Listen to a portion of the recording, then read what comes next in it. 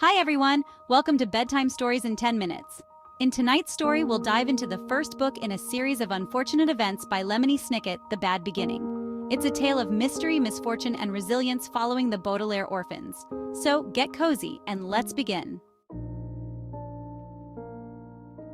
Section 1. The Baudelaire Orphans. Our story begins with three siblings, Violet, Klaus, and Sunny Baudelaire. They are talented, intelligent, and at the start of our tale, very happy. Violet, the oldest at 14, has a love for inventing and is always thinking of new gadgets.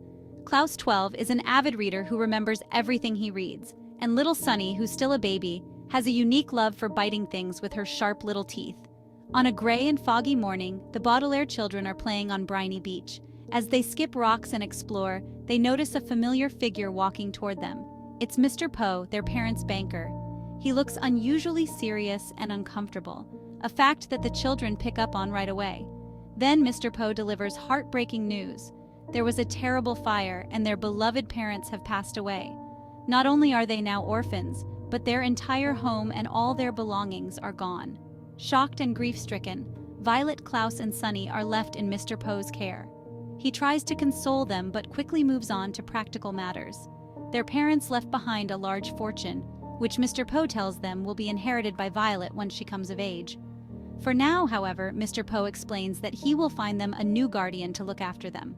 The Baudelaire orphans don't know it yet, but this is the start of a long journey filled with misfortune, danger, and resilience. Section 2. Meeting Count Olaf. Soon after, Mr. Poe informs the children that he has arranged for them to live with a distant relative, Count Olaf. They've never met him, but Mr. Poe assures them it's in line with their parents' wishes for them to stay with family. The children are hopeful and curious, but as they arrive at Count Olaf's house, a sense of dread creeps over them. The house is old, filthy, and falling apart.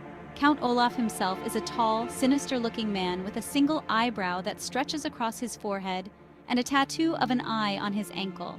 The children are immediately uncomfortable around him. His appearance is unsettling, but even more disturbing is his cold, uncaring attitude. He gives them a small, dusty room to share, with only one bed and a pile of dirty blankets on the floor. From the start, Count Olaf treats the Baudelaires as nothing more than servants. He orders them to do chores around the house, and he's quick to anger if they make even the smallest mistake. The children are forbidden from exploring the house and are forced to eat disgusting food, while Count Olaf dines on elaborate meals. The only other people they encounter in the house are members of Olaf's eccentric and eerie acting troupe, who seem to admire Olaf and obey his every command. Section 3. The Sinister Plan. As the days go by, the children begin to realize Count Olaf's true intentions. One day, Olaf demands that the children prepare a grand dinner for him and his theater troupe. The task is overwhelming, but the Baudelaires work hard to prepare the meal, hoping to earn some small kindness in return. When they make a small mistake, however, Olaf becomes furious, revealing his cruel and unpredictable nature. Soon after, Olaf shares his real motive. He wants the Baudelaire fortune. He tells the children that once Violet is old enough, she will inherit a vast sum of money, and he plans to take it from them. The Baudelaires are horrified, but they realize they are trapped in Olaf's house with no way to escape or seek help. Olaf's plan becomes even more sinister when he announces that he will be putting on a play called The Marvelous Marriage, in which he will play a groom who marries a young bride. At first, the children think it's just another one of Olaf's strange theater ideas, but then they learn the horrifying truth. Olaf intends to marry Violet for real during the play. He plans to trick her into a legally binding marriage, making him her legal guardian and giving him full access to the Baudelaire fortune. To ensure Violet's compliance, Olaf threatens to harm Sunny, putting her in a cage hanging high in the tower of his house. If Violet refuses to go through with the marriage, Olaf will drop Sunny from the tower. Desperate to protect her sister, Violet knows she must come up with a plan to outwit Olaf. With time running out, the Baudelaires decide to seek help. They reach out to Mr. Poe, the banker who's in charge of their affairs, but he dismisses their concerns. Mr. Poe believes that Olaf is their rightful guardian and assumes that the children are simply exaggerating Olaf's behavior. The children's pleas fall on deaf ears and they're left feeling more alone than ever. Back at Olaf's house, the children try to devise a plan. Violet, with her inventor's mind, considers every possibility, but they are limited by Olaf's watchful eye and his threats against Sunny. Klaus researches marriage laws in Olaf's library, hoping to find a loophole that could prevent the marriage from being legal, but the law seems to be on Olaf's side. The night of the play arrives, and the Baudelaires are filled with dread. Count Olaf's theater troupe has gathered, along with some townspeople who believe they are watching an innocent performance. Violet is forced into a wedding dress, and Olaf leads her to the stage, where Justice Strauss, a kindly neighbor and local judge, has been convinced to play the role of officiant. Justice Strauss, unaware of Olaf's plan, believes she's simply performing her part in the play. As the ceremony begins, Olaf tightly grips Violet's hand, making it clear that he won't tolerate any disobedience. Violet, however, remembers a small detail Klaus discovered in his research. A marriage might not be valid if she doesn't sign the document with her dominant hand. In a moment of bravery, she signs the marriage document with her left hand, hoping this technicality will save them.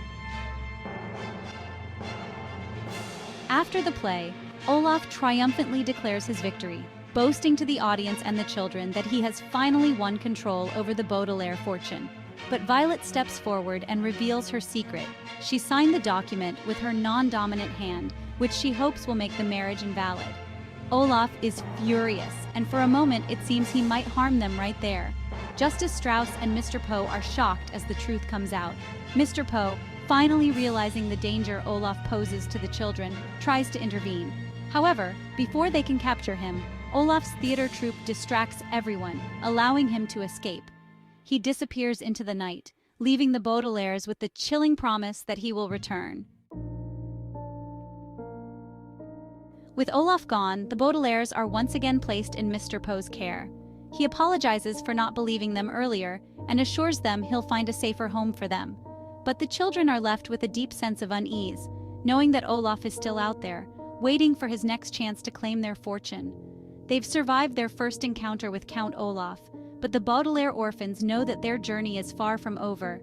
Together, they resolve to face whatever lies ahead, armed only with their wits, their love for each other, and their determination to stay strong in the face of adversity.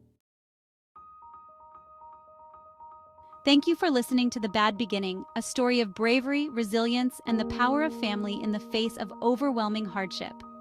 If you enjoyed this story, please like the video, subscribe to our channel, and stay tuned for more bedtime stories that bring classic tales to life in 10 minutes or less.